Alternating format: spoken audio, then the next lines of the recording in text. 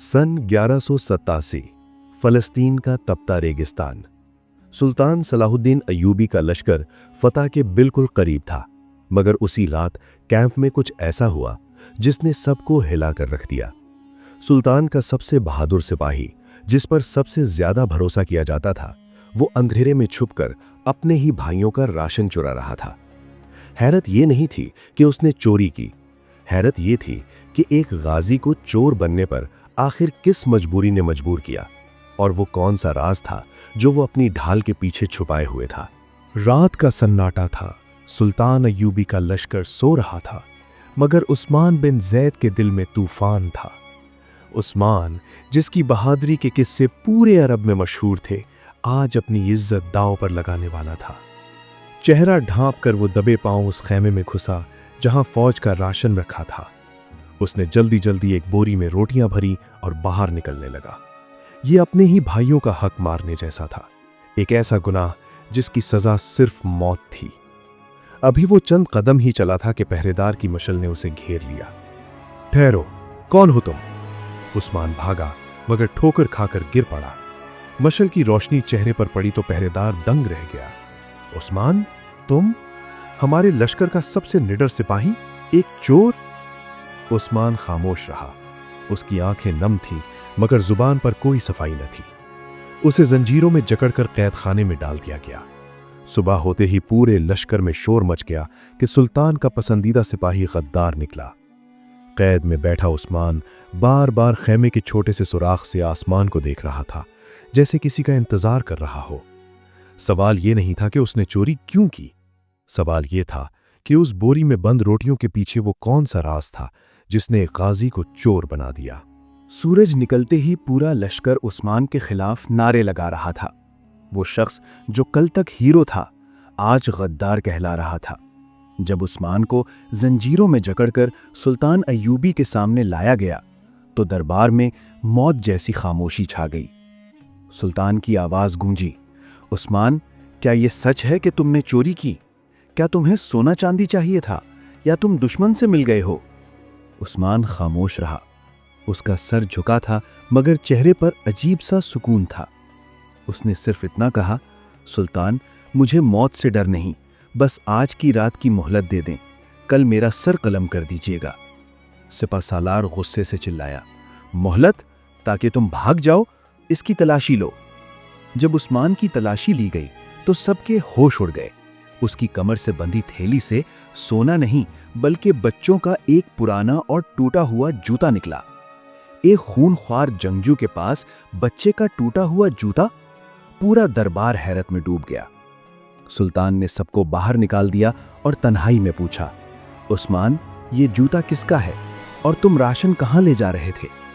उस्मान की आंख से आंसू गिरा। उसने कहा, सुल्तान, मैं गद्दार नहीं हूं, बस मुझे आज रात की इजाजत दे दें, मैं फजर से पहले खुद वापस आ जाऊंगा। सुल्तान ने एक बड़ा जुआ खेला। उन्होंने उस्मान की बेड़ियां खोल दी, लेकिन खामोशी से 2 जासूस उसके पीछे लगा दिए। रात होते ही उस्मान बोरी उठाकर दुश्मन के इलाके की तरफ निकल गया। जासूस हैरान थे कि ये मौत के मुंह में क्यों जा रहा है। अचानक उस्मान एक गहरी गार के पास रुका, जहां से सिसकियां लेने की आवाज आ रही थी। जासूसों ने जब अंदर झांका तो उनकी आंखें फटी की फटी रह गईं। वहां कुछ ऐसा था जिसने उस्मान की चोरी को ईमान और बाकी सबको मुजरिम बना दिया था। जासूस दबे पांव गार के दहाने तक पहुंचे तो अंदर से आने वाली सिसकियों ने उनका खून मुंजमद कर दिया।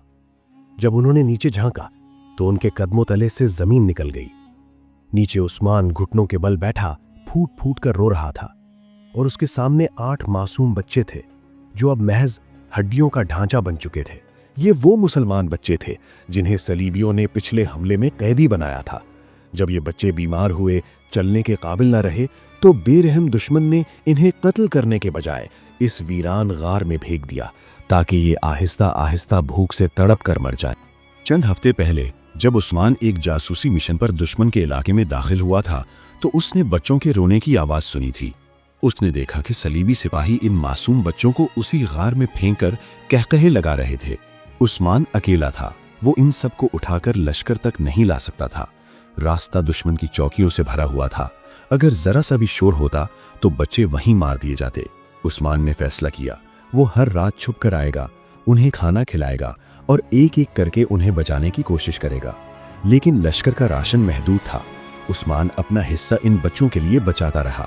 उसकी अपनी ताकत खत्म होने लगी और जब बात हद से बढ़ गई तो उसने पहली बार अल्लाह के बंदों के लिए हाथ फैलाने के बजाय चोरी का रास्ता चुन लिया। जासूस ये मंजर देखकर पत्थर के बुत बन चुके थे। उनके दिल में नफरत नहीं रही, सिर्फ अकीदत बाकी थी। उनमें से एक जासूस ने फौरन खामोशी से पीछे हटकर सुल्तान की तरफ कासिद रवाना किया। उस्मान कांपते हाथों से रोटी के टुकड़े उनके मुंह में डाल रहा था। माफ कर देना बच्चों, वो सिसक कर बोला। तुम्हारा भाई गुनाहगार है, मैंने तुम्हारे लिए चोरी की है। इसी लम्हे वही बच्चा जिसका टूटा हुआ जूता सुल्तान को मिला था, उस्मान का दामन पकड़कर बोला, भाई क्या हमारी माएं हमें लेने नहीं आएंगी? हमें यहां डर लगता है। उस्मान का जब्त टूट गया, मगर उसे रोने की मोहलत भी ना मिली। अचानक गार के बाहर सूखे पत्तों के कड़कने की आवाज आई। जासूसों ने ऊपर देखा तो उनकी रूह कांप गई। सलीबियों का एक गश्ती दस्ता गार की तरफ बढ़ रहा था। वो देखो, वहां रोशनी है, पकड़ो उसे। दुश्मन की चीखें फिजा में गूंजी। उस्मान ने फौरन मशल बुझाई और अंधेरे में अपनी तलवार निकाल ली। वो एक ऐसी जगह खड़ा था जहां एक तरफ अपनी फौज उसे चोर समझकर मौत की सजा देने वाली थी और दूसरी तरफ दुश्मन उसे मारने के लिए तैयार था। उस्मान ने बच्चों को दीवार के साथ लगाया और आसमान की तरफ देखकर आहिस्ता से कहा, ए अल्लाह, आज इन मासूमों की जिंदगी के बदले मेरी जान ले ले। बस मेरा लाज सुल्तान तक ना पहुंचने पाए। उसी लम्हे दुश्मन का पहला तीर गार के अंदर आ गिरा। सलीबियों ने गार के धाने पर आग फेंकना शुरू कर दी। उस्मान जख्मी था, अकेला था और बीड़ियों के निशान अभी उसके हाथों पर ताजा थे। क्या उस्मान इन बच्चों को बचा पाएगा या सुल्तान का ये चोर सिपाही इसी गार में दफन हो जाएगा? गार का धाना आग और धुएं से भर चुका था। उस्मान अकेला एक टूटी हुई तलवार लिए 8 मासूम बच्चों के सामने ढाल बना खड़ा था। उसका जिस्म जख्मों से चूर था, मगर वो पीछे हटने को तैयार न था। जब तक उस्मान जिंदा है तुम उन तक नहीं पहुंच सकते। उसकी गरजदार आवाज गार की दीवारों से टकरा रही थी। अचानक घोड़ों के टापों से जमीन लर्ज उठी। दूर से मशलों का एक समंदर पहाड़ी की तरफ बढ़ रहा था। ये सुल्तान सलाहुद्दीन अय्यूबी खुद थे। सुल्तान की तलवार बिजली बनकर गिरी और चंद ही मिनटों में दुश्मन का नामो निशान मिट गया।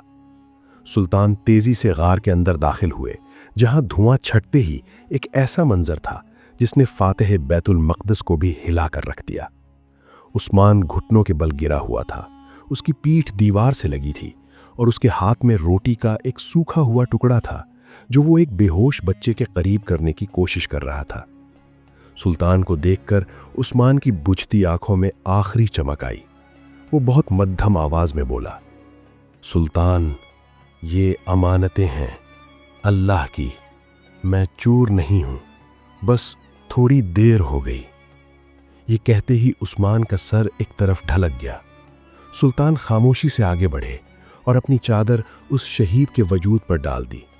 उन्होंने उस नन्हे बच्चे को गोद में उठाया जिसके पांव में वो टूटा हुआ जूता था। जब सुबह की पहली किरण निकली तो पूरा लश्कर सर झुकाए खड़ा था। सुल्तान खुद उस्मान के जनाजे को कंधा दे रहे थे। वो सिपाही जो कल उसे तंज कर रहे थे, आज अपनी ढालों के पीछे मुंह छिपाकर रो रहे थे। सुल्तान ने लरसती आवाज में कहा, उस्मान ने राशन नहीं चुराया था, उसने वो फर्ज निभाया जो मैं भूल चुका था। आज से ये बच्चे मेरी जिम्मेदारी हैं। उस्मान की कब्र लश्कर के ऐन दरमियान बनाई गई ताकि हर मुजाहिद याद रखे कि असल बहादुरी सिर्फ दुश्मन को मारना नहीं बल्कि किसी भूखे का सहारा बनना है। आज भी सहरा की हवाओं में एक सदा गूंजती है कि इंसाफ सिर्फ तलवार से नहीं, मोहब्बत से भी होता है। ऐसी ही मज़ीद ईमान अफरोज़ और तारीख़ी कहानियाँ देखने के लिए चैनल को सब्सक्राइब करें और बेल आइकॉन ज़रूर दबाएं ताकि अगली दास्तान आपसे मिस ना हो जाए।